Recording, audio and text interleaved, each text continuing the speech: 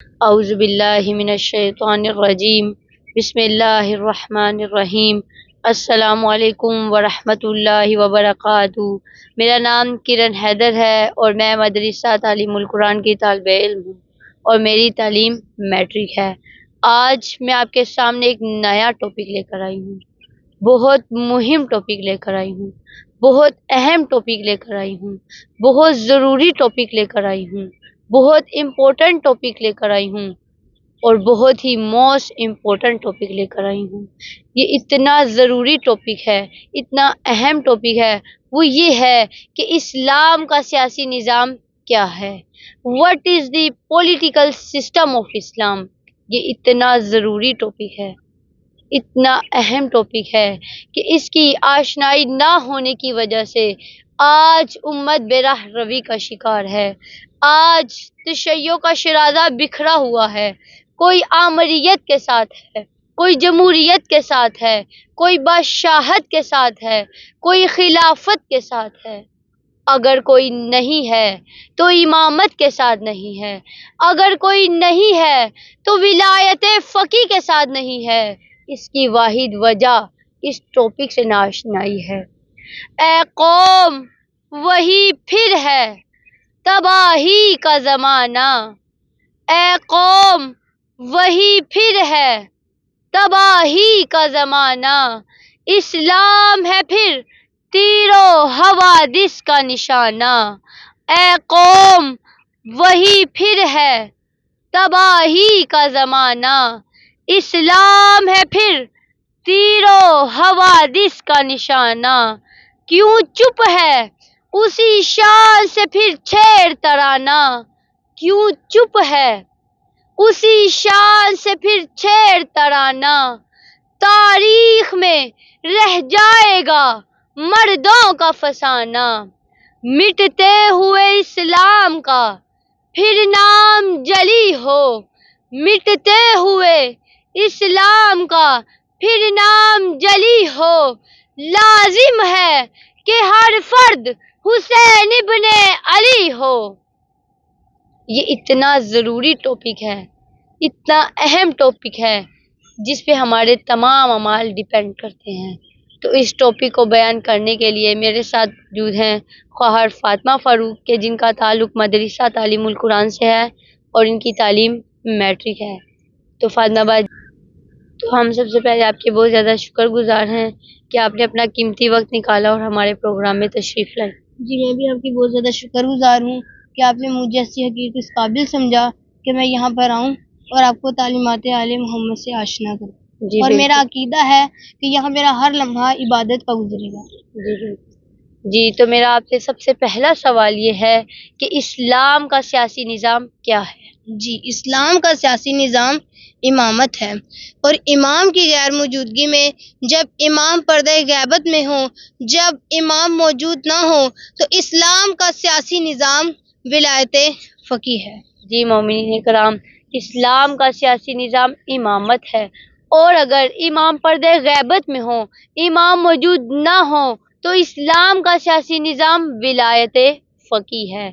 جی تو ایک بہت ضروری سوال کہ ہمیں سب سے پہلے ولایت فقیہ کس نے سمجھائی، ہمیں سب سے پہلے ولایت فقیہ کس نے سکھائی؟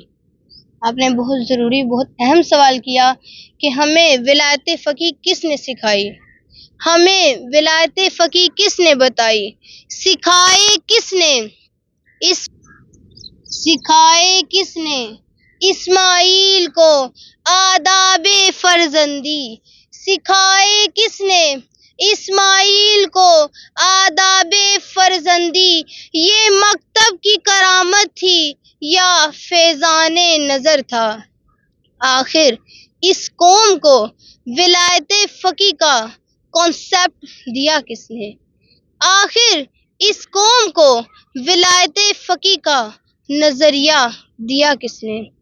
آیا امام نے سکھایا ہے یا مومنین خود اس نتیجے تک پہنچے ہیں کہ ہم نے امام کی غیر موجودگی میں ان فاسقوں کے پاس نہیں جانا، ان فاجروں کے پاس نہیں جانا، ان لٹیروں کے پاس نہیں جانا، بلکہ ہم نے امام کے نائبین کے پاس جانا ہے، ہم نے اپنے دور کے فقی کے پاس جانا ہے، لیکن افسوس ہے ان لوگوں پر کہ جنہوں نے نہ تو امام سے ولایت فقی کو سمجھا اور نہ ہی امامت سے ولایت فقی کو سمجھا، اور نہ خود اس نتیجے تک پہنچے کہ ہم نے ان فاسقوں کے پاس نہیں جانا، ہم نے ان چوروں کے پاس نہیں جانا، ہم نے ان لٹیروں کے پاس نہیں جانا۔ جی، مومنین کی ذمہ داری یہ ہے کہ اگر امام پردہ غیبت میں ہوں تو ہم نے ان چوروں کے پاس نہیں جانا، ہم نے ان ظالموں کے پاس نہیں جانا، ہم نے ان طاغوتوں کے پاس نہیں جانا، بلکہ ہم نے اپنے دور کے فقی کے پاس جانا ہے، ہم نے امام کے چاہنے والوں کے پاس جانا ہے، ہم نے امام کے پیروکاروں کے پاس جانا ہے۔ تو فاطمہ باجی، آپ ولایت فقی کو کس حدیث سے بیان کریں گے؟ جی، میں ولایت فقی کی وضاحت کے لیے آپ کے سامنے امام جعفر صادق علیہ السلام کی حدیث بیان کروں گی کہ جو عمر بن حنظلہ کے نام سے مشہور اور معروف ہے۔ آج خواہر فاطمہ فاروق ہمیں امام جعفر صادق علیہ السلام کی ہمارے سامنے حدیث بیان کریں گی جو عمر بن حنظلہ کے نام سے معروف و مشہور ہے۔ جی، ایک بہت ضروری سوال جو میں سمجھتی ہوں کہ حدیث بیان کرنے سے پہلے واضح ہو جائے، وہ یہ ہے کہ عمر بن حنظلہ کون ہے؟ عمر بن حنظلہ امام جعفر صادق علیہ السلام اور امام محمد باقر علیہ السلام کے شاگرد ہیں، اور آپ ایک مشہور راوی ہیں۔ آپ کی عظمت کے لیے اتنا ہی کافی ہے کہ حشام بن سالم جیسے بزرگ اور زرارہ جیسے عظیم اصحاب آپ سے احادیث کو نقل کرتے ہیں۔ عمر بن حنظلہ امام جعفر صادق علیہ السلام اور امام محمد باقر علیہ السلام کے شاگرد اور صحابی ہیں۔ آپ کی عظمت کے لیے یہی کافی ہے کہ زرارہ جیسے اور حشام بن سالم جیسے عظیم اصحاب آپ سے حدیث کو نقل کرتے ہیں۔ یہ حدیث جو عمر بن حنظلہ کے نام سے معروف و مشہور ہے، اس حدیث سے ہمارے کن کن علماء نے ولایت فقی پر دلیل قائم کی ہے؟ جی، ہمارے قدیم علماء کرام، ہمارے گزشتہ علماء کرام کہ جنہوں نے اس حدیث سے ولایت فقی پر دلیل قائم کی، جن میں محقق کرکی ہیں، محقق نراقی ہیں، صاحب جواہر ہیں، اور بہت زیادہ بزرگ شیخ انصاری شامل ہیں، اور حال ہی میں امام خمینی رحمۃ اللہ علیہ کی ذات ہے کہ جنہوں نے اس حدیث سے ولایت فقی پر دلیل قائم کی، اور انقلاب اسلامی کی بنیاد بھی یہی حدیث ہے۔ جی، جو پہلے گزر چکے ہیں ان میں محقق کرکی ہیں، محقق نراقی ہیں، صاحب جواہر ہیں اور شیخ انصاری ہیں، اور ان میں امام خمینی رحمۃ اللہ علیہ کی ذات کہ جنہوں نے اس حدیث سے ولایت فقی پر دلیل قائم کی ہے اور انقلاب اسلامی کی بنیاد بھی اسی حدیث سے رکھی ہے۔ اب میں آپ سے گزارش کرتی ہوں کہ آپ امام جعفر صادق علیہ السلام کی حدیث ہمارے سامنے بیان کریں۔ بسم اللہ الرحمن الرحیم۔ عن عمر بن حنظلہ قال سألت ابا عبداللہ عن رجلین من اصحابنا بینہما منازعۃ فی الدین او میراث فتحاکما الی السلطان و الی القضاة ایحل ذلک؟ قال من تحاکم الیہم فی حق او باطل فانما تحاکم الی الطاغوت وما یحکم اللہ فانما یاخذہ سہتا وان کان حقا ثابتا لا لانہ اخذہ بحکم الطاغوت وما امر اللہ ان یکفروا بہ۔ ماشاء اللہ، فاطمہ فاروق نے بہت ہی احسن طریقے سے ہمارے سامنے امام جعفر صادق علیہ السلام کی حدیث کو بیان کیا۔ اللہ تعالیٰ ان کی توفیقات میں اضافہ فرمائے۔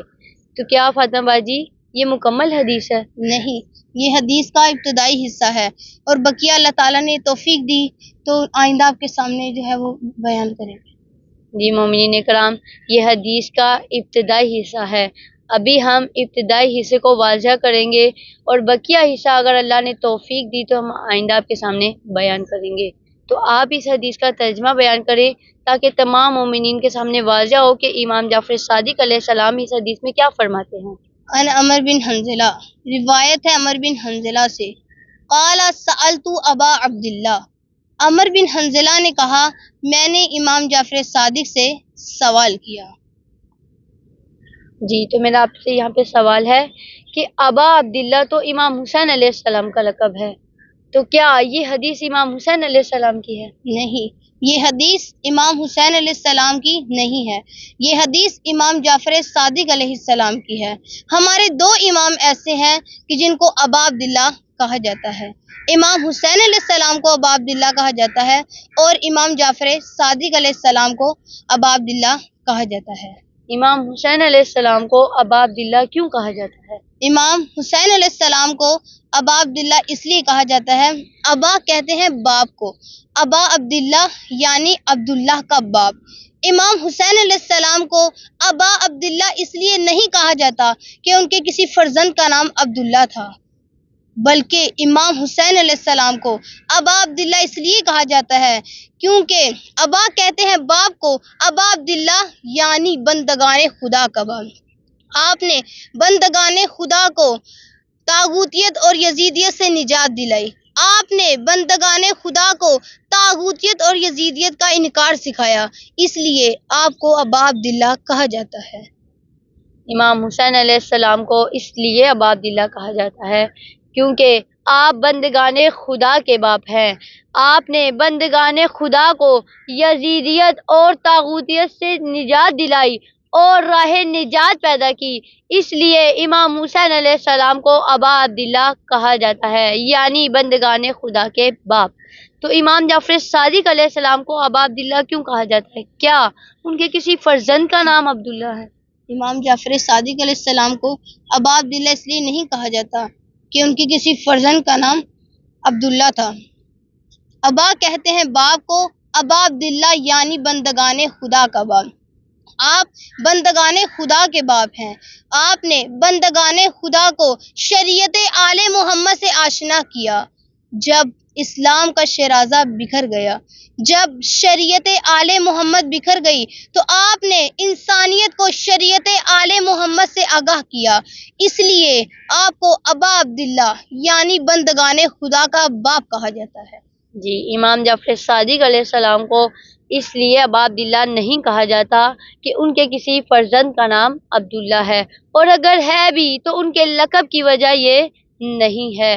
ابا عبداللہ یعنی بندگان خدا کے باپ جب شریعت آل محمد بکھر گئی تھی، جب اسلام کا شرازہ بکھر گیا تھا، اس وقت امام جعفر صادق علیہ السلام نے انسانیت کو شریعت آل محمد سے آشنا کیا، بندگان خدا کو شریعت آل محمد سے آشنا کیا، اس لیے امام جعفر صادق علیہ السلام کو ابا عبداللہ کہا جاتا ہے۔ تو آپ اپنی حدیث بیان کیجئے ترجمے کے ساتھ۔ قال سألت ابا عبداللہ، عمر بن حنظلہ نے کہا میں نے امام جعفر صادق علیہ السلام سے سوال کیا، ان رجلین من اصحابنا، دو آدمیوں کے متعلق کہ جو آپ کے شیعہ ہیں، بینہما منازعۃ فی الدین یا میراث، ان دونوں کے درمیان جھگڑا ہوا لین دین کے معاملے میں یا میراث کے معاملے میں، فتحاکما الی السلطان و الی القضاۃ، بس وہ اپنے اس جھگڑے کے حل کے لیے وقت حاکم اور ان کے قاضیوں کے پاس چلے گئے۔ ایحل ذالک، کیا یہ جائز ہے؟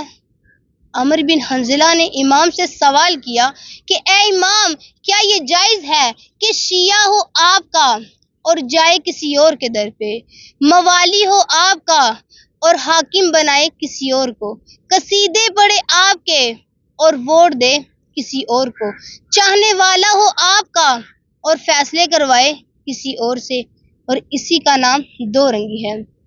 دو رنگی چھوڑ دے یک رنگ ہو جا، دو رنگی چھوڑ دے یک رنگ ہو جا، سراپا موم ہو جا یا سنگ ہو جا۔ جی بالکل، خواہر نے بہت ہی خوبصورت شعر بیان کیا کہ دو رنگی چھوڑ دے یک رنگ ہو جا، دو رنگی چھوڑ دے یک رنگ ہو جا، سراپا موم ہو جا یا سنگ ہو جا۔ تو عمر بن حنظلہ نے امام جعفر صادق علیہ السلام سے سوال کیا کہ اے امام، ایحل ذالک، کیا یہ جائز ہے کہ شیعہ ہو آپ کا اور جائے کسی اور کے پاس، عاشق ہو آپ کا اور حاکم بنائے کسی اور کو، کیا یہ جائز ہے؟ تو امام علیہ السلام نے اس سوال کے جواب میں کیا فرمایا؟ قال، امام نے کہا من تحاکم الیہم فی حق او باطل، کہ جو ان کو حاکم بنائے جو ان سے فیصلے کروائے، حق بات پہ ہو یا باطل بات پہ. فَإِنَّمَا تَحَاكَمَ إِلَى الطَّاغُوتِ، بس انہوں نے طاغوت کو اپنا حاکم بنا لیا ہے.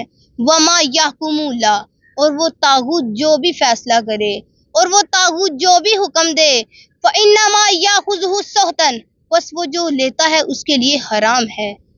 وَإِنْ كَانَ حَقًّا ثَابِتًا لَهُ، اگرچہ اس مومن کا اپنا ہی حق کیوں نہ ہو.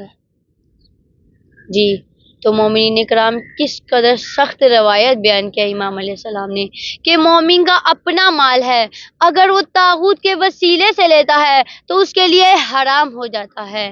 آخر مومن کا اپنا پاک و پاکیزہ مال ہے، اپنا حق ہے، تو وہ اس کے لیے کیسے حرام ہو گیا؟ مثال کے طور پر میری جائیداد ہے، میری پراپرٹی ہے، اگر میں اسے طاغوت کے تھرو لوں گی، طاغوت کے وسیلے سے لوں گی، تو وہ میرے لیے کیسے حرام ہو گیا؟ جبکہ وہ میرا اپنا مال ہے تو وہ میرے لیے ہی کیوں حرام ہو گیا؟ تو امام فرماتے ہیں کہ جب مومن کا اپنا مال ہے، جب وہ طاغوت کے وسیلے سے لیتا ہے تو اس کے لیے حرام ہو جاتا ہے. کیوں حرام ہو جاتا ہے؟ یہاں پر جواب سے پہلے میں دو باتیں آپ کی خدمت میں عرض کروں گی کہ جو ہماری دادی ماں اور نانی ماں نے ہمیں سکھایا ہے، اس سے آگے بڑھنا پڑے گا، اس سے آگے نکلنا پڑے گا. ہمیں وہاں تک محدود نہیں رہنا. انہوں نے ہمیں کیا سکھایا ہے؟ انہوں نے ہمیں یہ سکھایا ہے کہ دو چیزیں نجس ہیں، ایک کتا نجس ہے اور دوسرا خنزیر نجس ہے. لیکن بات اس سے بڑھ کر ہے، جس طرح عظمتوں کی باتیں کبھی بڑھ کر ہوتی ہیں. بقول حکیم امت علامہ محمد اقبال کے کہ ستاروں سے آگے جہاں اور بھی ہیں، ستاروں سے آگے جہاں اور بھی ہیں، ابھی عشق کے امتحان اور بھی ہیں. ستاروں سے آگے جہاں اور بھی ہیں، ستاروں سے آگے جہاں اور بھی ہیں، ابھی عشق کے امتحان اور بھی ہیں. اسی روز و شب میں الجھ کر نہ رہ جا، اسی روز و شب میں الجھ کر نہ رہ جا، کہ تیرے زمان و مکان اور بھی ہیں. تو شاہین ہے، پرواز ہے کام تیرا، تو شاہین ہے، پرواز ہے کام تیرا، تیرے سامنے آسمان اور بھی ہیں.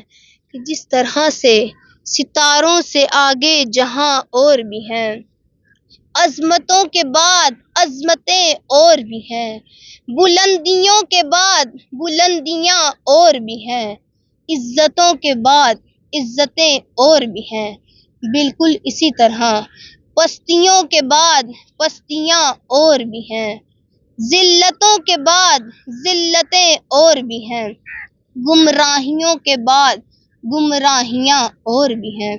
کبھی پستیاں کتے اور خنزیر سے بدتر ہوتی ہیں، کبھی نجاست کتے اور خنزیر سے بدتر ہوتی ہے. جی، ستاروں سے آگے جہاں اور بھی ہیں، اسی طرح ہر بلندی کے بعد ایک بلندی اور بھی ہے، ہر عزت کے بعد ایک عزت اور بھی ہے، اور اسی طرح ہر پستی کے بعد ایک پستی اور بھی ہے، ہر ذلت کے بعد ایک ذلت اور بھی ہے، ہر رسوائی کے بعد ایک رسوائی اور بھی ہے، اور ہر نجاست کے بعد ایک نجاست اور بھی ہے. اب میرا یہاں سوال یہ ہے کہ وہ کون سی پستی ہے جو کتے اور خنزیر سے بھی بدتر ہے؟ وہ کون سی نجاست ہے جو کتے اور خنزیر سے بھی بدتر ہے؟ وہ پستی کہ جو کتے اور خنزیر سے بھی بدتر ہے، وہ طاغوتیت کی پستی ہے. وہ نجاست جو کتے اور خنزیر سے بھی بدتر ہے، وہ طاغوتیت کی نجاست ہے. اور خدا نے طاغوتیت سے انکار کا حکم دیا ہے.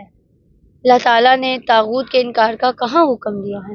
اللہ تعالیٰ نے قرآن میں بہت سی جگہوں پر طاغوت کے انکار کا حکم دیا ہے، کہ جس طرح سورہ بقرہ کی آیت نمبر 256 میں خدا ارشاد فرماتا ہے، فَمَن يَكْفُرُ بِالطَّاغُوتِ وَيُؤْمِن بِاللَّهِ فَقَدِ اسْتَمْسَكَ بِالْعُرْوَةِ الْوُثْقَىٰ. فَمَن يَكْفُرُ بِالطَّاغُوتِ، کہ جس نے طاغوت کا انکار کیا وَيُؤْمِن بِاللَّهِ اور اللہ پر ایمان لایا فَقَدِ اسْتَمْسَكَ بِالْعُرْوَةِ الْوُثْقَىٰ اس نے عروۃ الوثقیٰ کو تھام لیا، اس نے مضبوط سہارے کو تھام لیا، اس نے مضبوط رسی کو تھام لیا۔ عروۃ الوثقیٰ یعنی مضبوط سہارا، عروۃ الوثقیٰ یعنی مضبوط رسی۔ اور حدیث میں ہے کہ عروۃ الوثقیٰ یعنی ولایت امیر المؤمنین، عروۃ الوثقیٰ یعنی ولایت علی ابن ابی طالب۔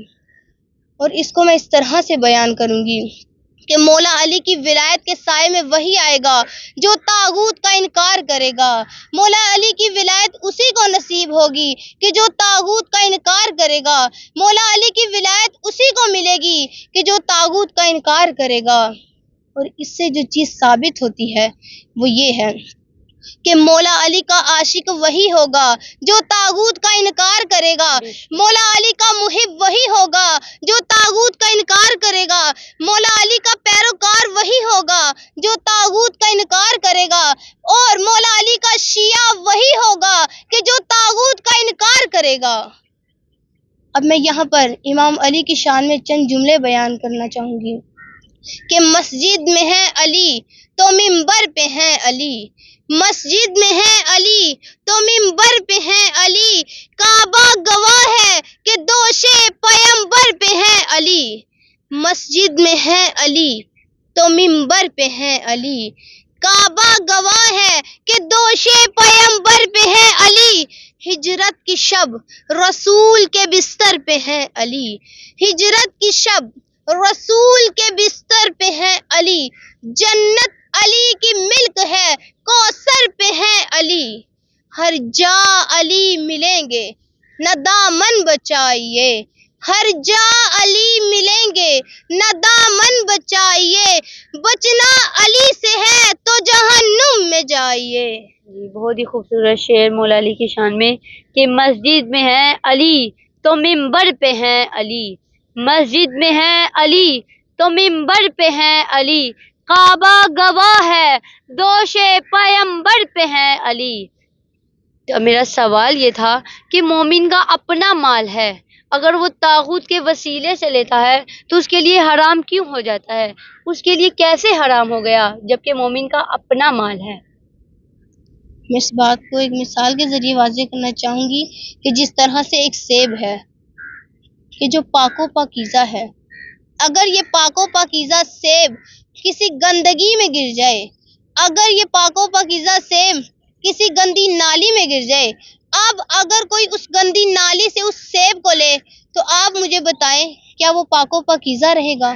جی ہرگز نہیں۔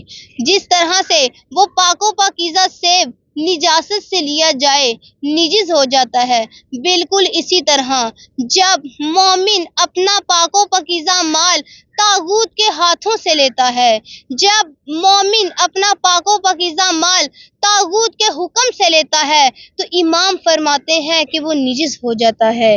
کیوں؟ لِأَنَّهُ أَخَذَهُ بِحُکْمِ الطاغوت، کیونکہ اس نے طاغوت کے حکم سے لیا ہے۔ وَمَا أَمَرَ اللَّهُ أَن يَكْفُرُوا بِهِ، خدا حکم دیتا ہے کہ طاغوت کا انکار کرو۔ جیسا کہ آپ نے بیان کیا کہ امام فرماتے ہیں وَمَا أَمَرَ اللَّهُ أَن يَكْفُرُوا بِهِ، کہ اللہ نے حکم دیا ہے کہ طاغوت کا انکار کرنا ہے۔ اللہ تعالیٰ نے قرآن مجید میں بھی طاغوت کے انکار کا حکم دیا ہے۔ تو یہاں ایک سوال ہے کہ جب اللہ نے حکم دیا ہے کہ طاغوت کا انکار کرنا ہے تو ہمیں طاغوت کی شناخت کیسے ہوگی؟ قرآن میں خدا نے بہت سی جگہوں پر طاغوت کے انکار کا تذکرہ کیا ہے۔ بقول حکیم امت علامہ محمد اقبال کے، حریف نکتہ توحید ہو سکا نہ حکیم، حریف نکتہ توحید ہو سکا نہ حکیم، نگاہ چاہیے اسرار لا الہ کے لیے۔ کہ جس طرح سے اسرار لا الہ کے لیے ایک نگاہ کی ضرورت ہے، لا الہ الا اللہ کو پہچاننے کے لیے ایک نگاہ کی ضرورت ہے، بالکل اسی طرح دشمن خدا کی شناخت کے لیے بھی ایک نگاہ کی ضرورت ہے، یعنی طاغوت کو پہچاننے کے لیے بھی ایک نگاہ کی ضرورت ہے۔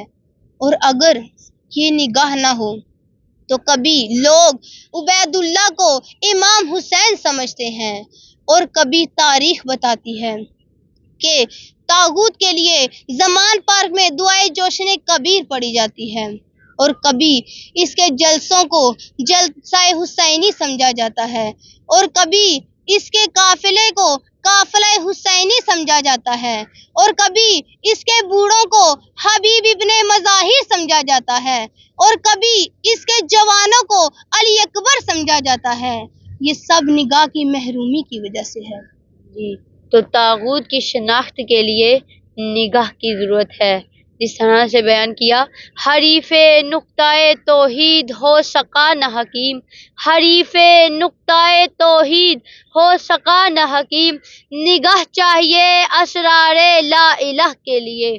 تو جس طرح سے لا الہ کو پہچاننے کے لیے نگاہ کی ضرورت ہے، بالکل اسی طرح طاغوت کی شناخت کے لیے بھی نگاہ کی ضرورت ہے۔ تو سوال یہ ہے کہ امام جعفر صادق علیہ السلام نے کس آیت کو دلیل بنا کر طاغوت کے انکار کا حکم دیا ہے؟ امام جعفر صادق علیہ السلام نے سورہ نساء کی آیت نمبر 60 کو دلیل بنا کر طاغوت سے انکار کا حکم دیا ہے، طاغوت سے انکار کا حکم بتایا ہے۔ بسم اللہ الرحمن الرحیم۔